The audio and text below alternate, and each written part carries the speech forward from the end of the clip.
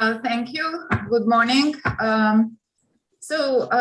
In this talk, Antonio and I look at self-domestication as a possible force that might have tied together taming of aggression with cross-modality, and in this way facilitating the evolution of language. So in our previous work, we have also argued that language evolution should be tied to the management of aggression. We note that modern languages resulted from several cognitive, behavioral, and cultural human innovations, of which we highlight two here. Cross-modality, which is necessary to support core aspects of language, including metaphoricity and grammaticalization, where grammaticalization also relies on metaphorical extension to a large extent, and reduced reactive aggression, which is necessary to enable longer, more frequent, and more diverse interactions, which in turn supports gradual complexification of languages guided by both cultural innovation and genetic selection. So we argue for a very specific gene culture feedback loop.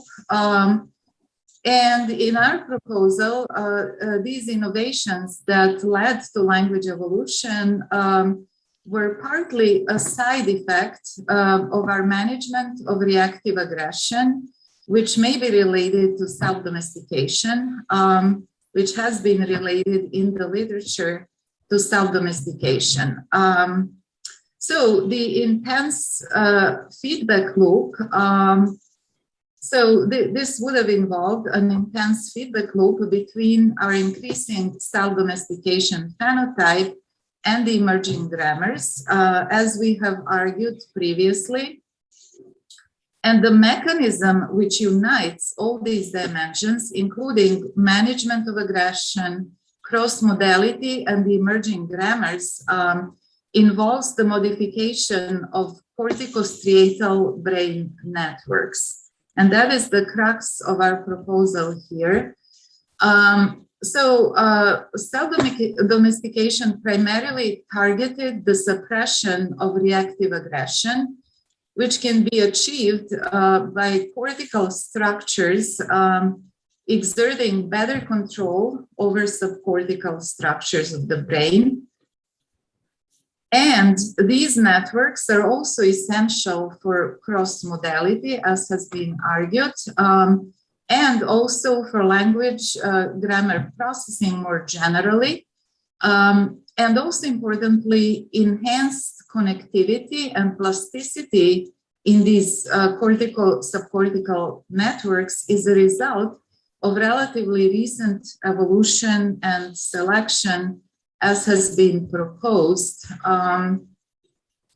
So as both reactive aggression and cross-modality demand a precise degree of inhibition versus disinhibition in these circuits, our hypothesis is that selection for less aggressive phenotypes, that is for those individuals who exert better control over subcortical structures due to more enhanced brain connectivity, that this selection also facilitated the emergence of cross-modality and ultimately of more sophisticated forms of grammar.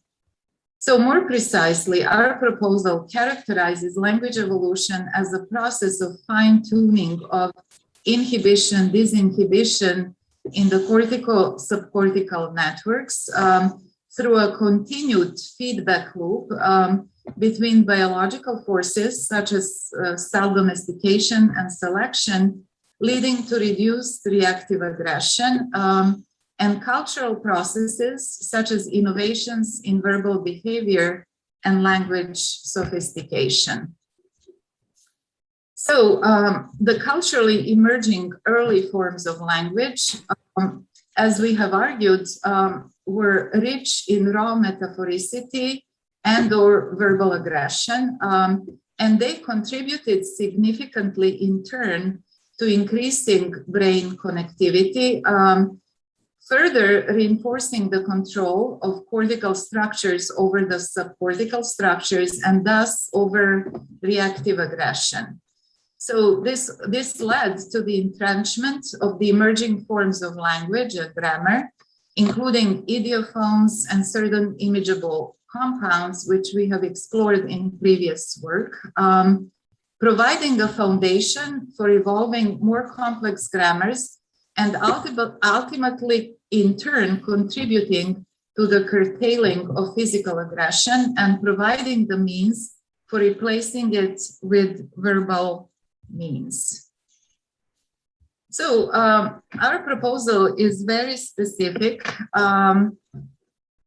and we have we consider in our work very specific language proxies, linguistic proxies of these early stages of language. And we have also noted that creating such proto-grammatical structures, such as these compounds that have been argued to have started grammar, basically, they can be used not only to derogate rivals, they can be quite derogatory and they involve verbal aggression, but they also show metaphoricity. They can be used not only to derogate one's rivals, but also to demonstrate verbal skills and quick-wittedness. And thus, they would have led to replacing physical aggression and physical contest gradually with cognitive and verbal contest. So even though crude, this kind of grammar is a dramatic improvement over no grammar at all. And also they provide a more graceful transition from physical aggression to verbal contest and cognitive strength, also from no grammar at all to more complex grammars. So this is a part of a bigger project that considers that syntax, hierarchical syntax, emerged gradually, with each layer featuring a grammaticalized explicit expression of some category, which includes transitivity, tense and finiteness, embedding, and question formation, with each layer adding one more expressive possibility, many more actually expressive possibilities. Also, this reconstructed proto-grammar provides the foundation for building hierarchical syntax, as well as it provides the common denominator for cross-linguistic variation in transitivity, such as accusative, ergative, serial verb grammars, as we have explored elsewhere. So this image here illustrates this feedback loop that in which we also add pragmatics in our joint work with Francesco Ferretti. And instead of viewing language's evolution as a sequential process, we argue that language evolution is the outcome of both biological and cultural forces operating simultaneously and reinforcing mutually. And we not only just say that, we characterize this feedback loop in very specific terms, which allow testing. We also note that domestication alone does not yield yet language, and neither does culture alone, without the biological foundation, yield languages with tens of thousands of words and hundreds of grammatical rules and restrictions, so that some kind of feedback loop is necessary. And it's also necessary to formulate it in very specific forms that can be tested. We also note that this kind of feedback loop that is a result of two independently emerging phenomena that get intensely entangled with each other in such a way that they reinforce and accelerate each other's evolution, has to be an evolutionary rarity, not something that will probably happen again. So such independent emergence and confluence, we believe, is an evolutionary rarity, statistically highly unlikely to be replicated, as just self-domestication does not really cause the emergence of language, but rather is entanglement with cultural forces. And for that reason, we believe that the odds of, for example, bonobos who have been argued to be domesticated, their odds at evolving anything like human language is almost non-existent. So our proposal, therefore, regarding this gene culture coevolution involves genetic selection for less aggressive phenotypes, but not just phenotypes that were tame and mute as bonobos are, but phenotypes that were better able to replace physical aggression with verbal aggression and verbal behavior more generally. And this is where the taming of physical aggression associated with genetic changes meets the emergence of simple forms of language grammar associated with cultural invention, leading to a very specific proposal about the gene culture co-evolutionary spiral. And now Antonio will take over from here. Thanks, Ljiljana. Well, in our view, the interest of our proposal is double. First, as already shown, it identifies a common neural substrate and a common evolutionary cause, unifying core aspects of language evolution that are usually treated independently, specifically cross-modality, verbal aggression, or aggression more generally, and structural language processing. Second, as we will try to show now, it provides an answer to the question of why this dimension clustered together in most cognitive disorders. Importantly, this circumstance qualifies these disorders, in our view, as useful processes for inferring aspects of language evolution in the past. For the sake of brevity, we will focus on 4 specific conditions: synesthesia, mostly related to cross-modality; Tourette syndrome, mostly related to aggression; and schizophrenia and autism spectrum disorder that are mostly related to cross-modality and aggression. Next slide, please. Synesthesia is not typically considered a disorder, but a condition where stimulation of one sensory or cognitive pathway leads to automatic involuntary experience in another sensory or cognitive pathway. But the following findings regarding synesthesia are of direct relevance for our proposal. First, the uncontrollable nature of synesthetic experience.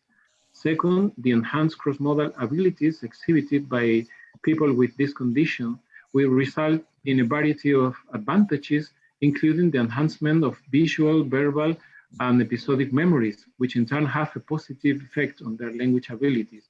For example, they outperform controls in lexical decision tasks, and they exhibit increased verbal memory, enhanced performance for expressive and receptive vocabulary, or increased verbal creativity.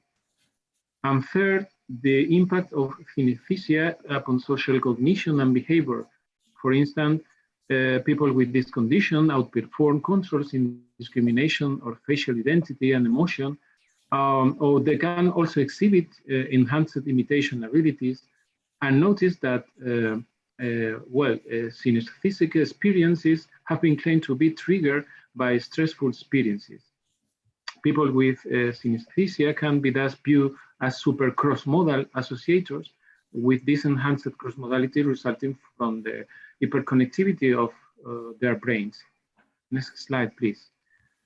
Regarding Tourette syndrome, this is a hereditary tic disorder, which is sometimes, but not always, accompanied by involuntary production of obscene speech and derogatory remarks and insults, what is known as coprolalia.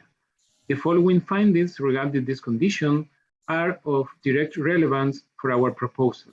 First, the uncontrollable production of derogatory language, and in this sense, it is worth highlighting that coprolalic words and phrases resemble to the automatism found in aphasic patients. Second, the nature of the language exhibited by subjects with Tourette syndrome, because coprolalic speech features a preponderance of single word utterances, as well as simpler phrases and compounds. Additionally, people with Tourette syndrome have problems with figurative language, including a reduced ability for interpreting non-literal remarks. But by contrast, they show enhanced grammar processing abilities, specifically when it comes to rule-governed aspects of language. And finally, the social disturbances exhibited by people with this condition, because this includes a higher incidence of anger, rage attacks, and physical violence, with this aggression being clearly reactive. Coprolalic language seems to result from the altered inhibition of a specific brain networks, and contrast with intentional language, which gets impaired in, for instance, broadcast aphasia or global aphasia. Interestingly, too, tics, including verbal outbursts, have anxiolytic properties. And overall, these features are suggestive of an abnormal reactivity to stress in the affected people. Next slide, please. With regard to autism and schizophrenia, these are prevalent cognitive disorders exhibiting quite opposite features in many domains, particularly in the cognitive and social spheres. But the following findings regarding these two disorders are also of direct relevance for our proposal. First, again, the uncontrollable nature of most symptoms, like hallucinations and delusions in schizophrenia or stereotypic behaviors in autism. Second, the nature of the language exhibited by patients, because people with these two conditions show problems for understanding and making use of figurative language. Accordingly, individuals on the autism spectrum face problems with understanding abstract concepts and metaphors in general, or appreciating humor. And regarding people with schizophrenia, they also score significantly lower than controls in task measuring comprehension of novel metaphors, implicit information, or humor. At the same time, it's interesting that people exhibiting a mild non-clinical manifestation of psychotic affective conditions show relative strength in the domain of figurative language and pragmatics, and they can have an advantage in artistic expression and originality. Nonetheless, in these two conditions, difference regarding the non-figurative aspects of language are also observed. For example, and similarly to subjects with Tourette syndrome, people on the autism spectrum excel in the domain of analytical, rule-governed language and thinking. And finally, it is interesting that both autism and schizophrenia present with socialization and behavioral disturbances that, at least in parts, reduce to an inappropriate management of aggression. Accordingly, reactive aggressive behavior is significantly higher in people with autism, correlating with lower cognitive outcomes, whereas in schizophrenia, aggressive behavior is slightly, although still significantly more frequent in patients than in the typical population, with this aggressive behavior being more premeditated, that is more proactive. Overall, these findings can be ascribed to an abnormal inhibition in the case of autism, or disinhibition in the case of schizophrenia, of cross-modal connectivity and of aggression management. Next slide, please. This slide provides a summary of the previous discussion around the abnormal features of cross-modality language and aggression management in these four conditions. As noted, all of them feature abnormal management of either reactive or proactive aggression, abnormal literal and non-literal uses of language, and abnormal cross-modality. At the same time, each of these conditions is complex with comorbidities, and each creates into neurotypicity. And what is more, far from being independent conditions, with clear-cut condition-specific features. Autism, schizophrenia, Tourette syndrome, and synesthesia can co-occur in patients. Very broadly speaking, we can see that these four disorders exhibit some exaggerated effects and some attenuated effects of otherwise beneficial traits for language evolution, including enhanced cross-modal thinking and enhanced dual-governed systematicity, which are important for the evolution of the cognitive hardware of language, but also enhanced control of aggression, important for socialization and the cultural evolution of language.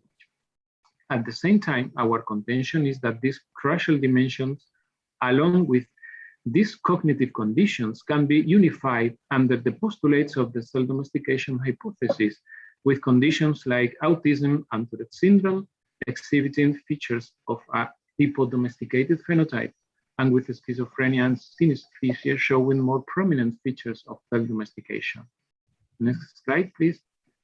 By all these reasons, we regard this condition as informative proxies of windows to previous stages in the evolution of language. More specifically, conditions such as autism and Tourette syndrome can illuminate aspects of the earliest initial stages in the evolution of language and of languages, which feature a high degree of reactive aggression and thus low degree of sociability, as well as diminished cross-modality, and thus reduced metaphoricity and merging abilities.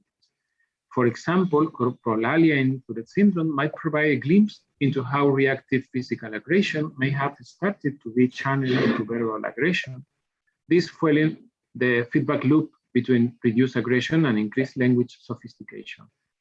And by contrast, synesthesia and to some extent schizophrenia might provide a glimpse into somewhat later stage when high levels of this inhibited connectivity in these brain networks would have resulted in exaggerated supercross-modality. The last step would have involved a refinement of the control of both aggression management and cross-modality to achieve languages that are more sophisticated and less directly linked to the realm of emotions and sensations, and behaviors that involve higher levels of proactive aggression, which is more rational than emotional in nature. Final slide. In conclusion, in our talk, we have proposed an underlying mechanism which unites three core dimensions in language evolution: cross-modality, aggression, and language processing. Our proposal implicates the cortico-striatal brain networks whose enhanced connectivity and plasticity is a result of a relatively recent evolution and selection. Accordingly, an increased neural connectivity in these networks would have enabled the suppression of reactive aggression via the enhanced cortical control of subcortical regions, but would have also provided a mechanism for cross-modality and language processing more generally via the enhancement of the dialogue between distant brain areas. Language needs a fine control of both in order to detach from the realm of emotions, but also in order to enrich its structure and use via metaphorization. In turn, this fine-tuning of inhibition and disinhibition in the cortico-subcortical circuits would have resulted from a continued feedback loop between biological forces, particularly self-domestication, and cultural processes, particularly the emergence and the complexification of grammar and the uses of grammar. Thanks so much for your attention, and well, comments and questions are really welcome.